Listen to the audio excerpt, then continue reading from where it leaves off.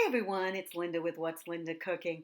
You know, I love soups, and one of my favorite is a split pea. So what I did was just take the peas and I rinsed them in the colander. Love that colander because it sits up out of the water. But I rinsed them, went through them, and then chopped up some onions and carrots with my food chopper. If you don't have that food chopper, oh my gosh, it's one of the best things ever. Chop up those onions and any of that little stuff that you need to chop up. Love it, love it, love it. Added some chicken stock in there.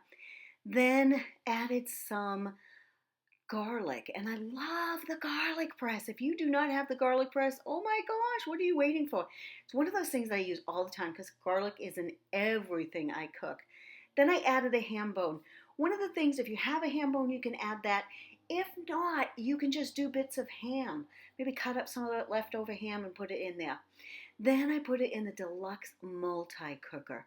I love the Deluxe Multi Cooker. It will cook food fast, fast, fast. So think of things like you like in your slow cooker, but in a fraction of the time.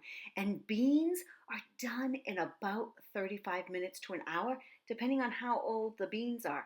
And it will just cook while you are just letting it go doing other things. That's what I love about it. Then I just pulled the ham bone out and took off all of that meat, put it back into the container or the canister of the Deluxe Multi Cooker, mixed it up, added some seasoning. That's my salt grinder. And this is Linda Medeiros with What's Linda Cooking. Here is the split pea soup done in the Deluxe Multi Cooker. So easy, and this is a perfect thing to make with just a little bit of ham or a leftover ham bone. Perfect. What do you do with a leftover ham bone? I would love to hear it.